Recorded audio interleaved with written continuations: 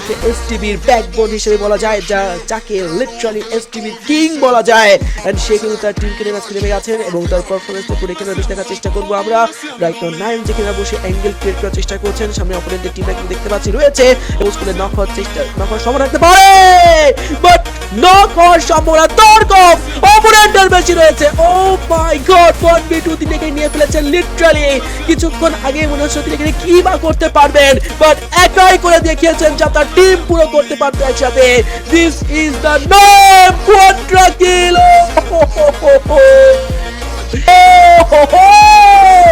আবারও এখানে back to back দুইটা নকআউট চোখের পলকে ধসে পড়েছে F16। বিগত ম্যাচের প্রতিশোধ নেওয়ার জন্য তার রক্তক্ষল বলাচ্ছে। এক শটে কাইন্ডলি এখান থেকে তিনটা টিমকে একেবারে রিল্যাক্সে নামিয়ে দিয়েছেন। তিনটা প্লেয়ার না, চারটা প্লেয়ারই তার খাতায়। একটা রাউন্ড হয়তো তিনি অপোনেন্টের টিমকে গিফট দিয়েছিল এখানে কম্পিটিশন ওঠানোর জন্য। পরবর্তী রাউন্ডে খেলা খতম লিটারালি 15 সেকেন্ডের মধ্যে। 15 সেকেন্ডের মধ্যে F16 এর মতো টিম নাইমের পায়ের সামনে।